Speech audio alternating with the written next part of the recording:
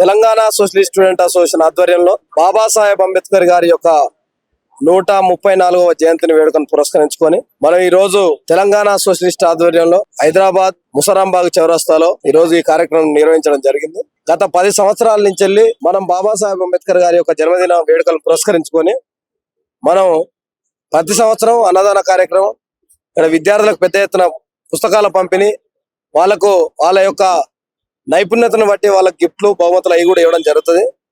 మనం ప్రధానంగా ఈ యొక్క కార్యక్రమం నిర్వహించడానికి బాబాసాహెబ్ అంబేద్కర్ గారి యొక్క ఆలోచన విధానాన్ని, బాబాసాహెబ్ అంబేద్కర్ గారి యొక్క ఆశయాలను ముందుకు తీసుకుపోవడానికి మనం పెద్ద ఎత్తున మనం తెలంగాణ సోషలిస్ట్ స్టూడెంట్ అసోసియేషన్ తరఫున కార్యక్రమాలు నిర్వహిస్తాం. ఎందుకు నిర్వహిస్తున్నామంటే విద్యార్థులను, పేదలను, బలైన వర్గాలను చైతన్యం పరచడానికి, వాళ్ళ యొక్క ఆశయాలను, వాళ్ళ హక్కులను మనం సాధించడానికి, రేపు మన బహుజన రాజ్యం రావడానికి, మన బలహీన వర్గాలు మన రాజ్యాధికారానికి రావడానికి మనం ఈ చైతన్య సదస్సులు నిర్వహించడం జరుగుతుంది. కాబట్టి దాంట్లో భాగంగానే ప్రతి సంవత్సరం లాగానే అంతకన్నా ఇంకా అద్భుతంగా గొప్పగా ఈసారి ఈ కార్యక్రమం నిర్వహించడం జరిగింది. ఈ కార్యక్రమానికి పెద్దలు, మాన్యులు మన టైగర్ ఆర్ కృష్ణన్న గారు కూడా ఇక్కడ రావడం జరిగింది. కాబట్టి మనం ఈ కార్యక్రమంలో రాష్ట్ర వ్యాప్తంగా ఉన్న విద్యార్థుల యొక్క సమస్యలను, రాష్ట్ర వ్యాప్తంగా ఉన్న ఎస్సీ, ఎస్టీ, బీసీ విద్యార్థుల యొక్క సమస్యలను పరిష్కారం చేయడమే లక్ష్యంగా మనం ఇక్కడ ఈరోజు మాట్లాడడం జరిగింది. రాబోయే రోజులలో పెద్ద ఎత్తున రాష్ట్ర ప్రభుత్వాల మీద, ఈ యొక్క దేశం మీద ఏదైతే ప్రధానమంత్రి ఉందో విద్యార్థుల సమస్యలను పరిష్కారం చేయకపోతే రాష్ట్ర వ్యాప్తంగా, దేశవ్యాప్తంగా ఉద్యమాలు చేస్తామని తెలియజేసుకుంటూ మేము దాంట్లో భాగంగానే మేము ఈ రోజు నిర్ణయం తీసుకోవడం జరిగింది. ఎందుకంటే ఆ రోజులలో 150 సంవత్సరాల కింద పుట్టిన బాబాసాహెబ్ అంబేద్కర్ ఈ రోజులలో మనం ఇప్పటికి కూడా గుర్తుపెట్టుకున్నాం అంటే కేవలం అతను చేసిన సర్వీసు, అతను చేసిన త్యాగం.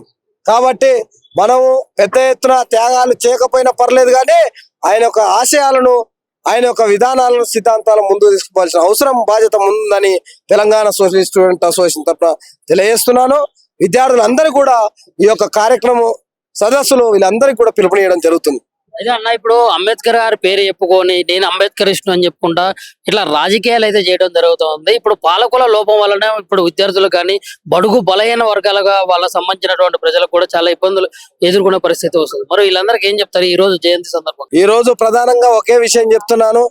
బాబాసాహెబ్ అంబేద్కర్ జన్మదిన వేడుకల సందర్భంగా యావత్తు నా ఎస్సీ, ఎస్టీ, బీసీ మైనారిటీ విద్యార్థులకు, ప్రజలందరికీ కూడా ఒకే విషయం, రాబోయే రోజులలో మన ఓట్లు మనం వేసుకోవాలి, మన సీట్లలో మనమే కూర్చోవాలనే ఒక నినాదంతో పెద్ద ఎత్తున ముందుకు పోవాల్సిన అవసరం, బాధ్యత మన మీద ఉందని తెలియజేసుకుంటూ మనం ఖచ్చితంగా పెద్ద ఎత్తున మనం పోరాటాలకు సిద్ధమైతేనే మన ఆత్మగౌరవం మనం కాపాడుకుంటే మనం రాజ్యాధికారంలో రావడానికి అవకాశం ఉంటుంది. కాబట్టి మీరందరూ కూడా ఇది గమనించవలసిన అవసరం ఉందని తెలియజేసుకుంటూ రానున్న రోజులలో రాజ్యాధికారమే లక్ష్యంగా బాబాసాహెబ్ అంబేద్కర్ కలలు కంటున్నటువంటి రాజ్యాన్ని మనం నిర్మించడంలో మీరందరూ కూడా చైతన్యవంతులయ్యి మీరందరూ కూడా ముందుకు పోవాల్సిన అవసరం ఉందని తెలియజేసుకుంటూ మరొకసారి ఈ యొక్క చక్కటి అవకాశం, ఇంటర్వ్యూ ఏర్పాటు చేసినట్టు మీ అందరికీ కూడా పేరు పేరున సామాజిక ఉద్యమ నమస్కారాలు, ప్రత్యేక జేబీలు తెలియజేస్తున్నాను. ఇప్పుడు చూసుకున్నట్లయితే కాంగ్రెస్ ప్రభుత్వం ఏర్పాటయ్యి ఒక 16 నెలలు అవుతుంది. మరి ఈ ప్రభుత్వ వైఖరిని విద్యార్థి నాయకులుగా మీరు ఏ విధంగా ఒప్పుకుంటారా, లేకుంటే ఏ ఖండిస్తారు? ఈ రోజు ఏదైతే రాష్ట్ర ప్రభుత్వం, కాంగ్రెస్ ప్రభుత్వం ఉందో విద్యార్థులకు పూర్తి స్థాయిలో అన్యాయం చేసింది. విద్యార్థులకు పూర్తి స్థాయిలో న్యాయం చేసిన దాఖలు లేవు. విద్యార్థుల యొక్క హక్కులను కాలరాస్తుంది. విద్యార్థులకు అందించవలసిన స్కాలర్షిప్లు ఇస్తలేదు. విద్యార్థులకు అందించవలసిన మెచ్చార్జీలు, విద్యార్థులు ఏదైతే వసతి గృహాలు ఉంటారో విద్యార్థులకు సరైన సమయంలో వసతి గృహాలు రెంట్లు ఇవ్వట్లేదు.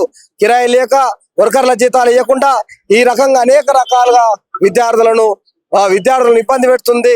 కాబట్టి రాష్ట్ర ప్రభుత్వం ఏమాత్రం చిత్తశుద్ధి ఉన్నా వెంటనే విద్యార్థులకు అందించవలసిన అన్ని అవకాశాలు, వసతులను అందించకపోతే రేపటి నుంచి పెద్ద ఎత్తున ఉద్యమాలు చేస్తామని తెలంగాణ సోషలిస్ట్ స్టూడెంట్ అసోసియేషన్ తరఫున రాష్ట్ర ప్రభుత్వాన్ని హెచ్చరిస్తున్నాం, డిమాండ్ చేస్తున్నాం. ఇప్పుడు ప్రస్తుత జనరేషన్ లో మానవులను మర్చిపోయే పరిస్థితులు అయితే వచ్చినాయి. మరి వాళ్ళని మళ్ళీ కూడా గుర్తు చేసుకునే విధంగా, వాళ్ళ గొప్పతనాలు విద్యార్థులు కానించి ప్రతి ఒక్కరికి కూడా చెప్పుకునే విధంగా మరి మీ తరపు నుంచి, మీ యొక్క అసోసియేషన్ తరపు నుంచి ఎలాంటి ప్రయత్నాలు, ఎట్లాంటి ప్రణాళికతో వాళ్ళని చైతన్యపరిచే విధంగా ముందుకెళ్తారు? ఖచ్చితంగా మేము రానున్న రోజులలో రాష్ట్ర వ్యాప్తంగా మేము ఏదైతే మా బలహీన వర్గాల ఎస్సీ ఎస్టీ బీసీ విద్యార్థులతో వాళ్ళని చైతన్యపరిచే విధంగా మేము ప్రత్యేకమైన శిక్షణ తరగతులు పెడతాం.